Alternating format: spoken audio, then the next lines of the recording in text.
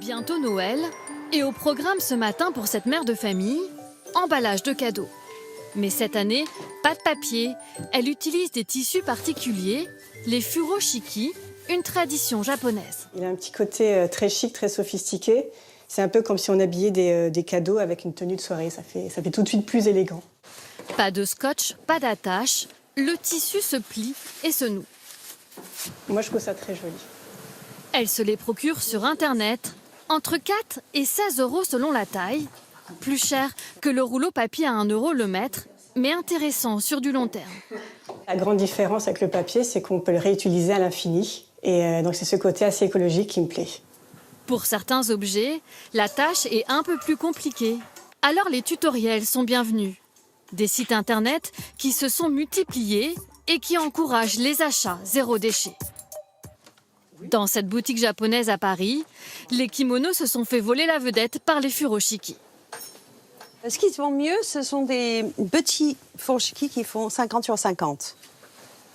Ils se vendent par dizaines. Le furoshiki au Japon, c'est comme si c'est un sac pour nous-mêmes. On le utilise pour emballer quelque chose. Ici, le tissu est directement importé du Japon. De 13 à plus de 35 € la pièce. Le prix de la qualité selon ses clientes. Bien sûr que ça tente. Ouais. Ça donne envie. Je pense que des tissus comme ça, nous, on n'en a pas dans nos traditions françaises. Le tissu, il est moins coloré. Un emballage tissu qui n'est plus le monopole du Japon. Ces deux Françaises ont lancé en 2019 à Lyon un furoshiki 100% made in France. Et après, j'aimerais bien aussi repartir. Elle pense déjà au motif de Noël 2023. Nos best-sellers, c'est beaucoup de formes organiques et très modernes. On a aussi des tissus très épurés. 70 000 pièces déjà vendues, fabriquées dans plusieurs ateliers de la région. Tissage, couture et découpage, avec le principe du recyclage encore plus poussé, en utilisant même des fibres recyclées.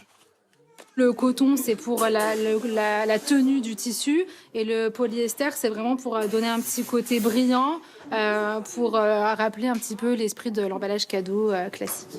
Le papier cadeau, lui, pourrait bien passer de mode. 20 000 tonnes sont jetées en France chaque année à Noël.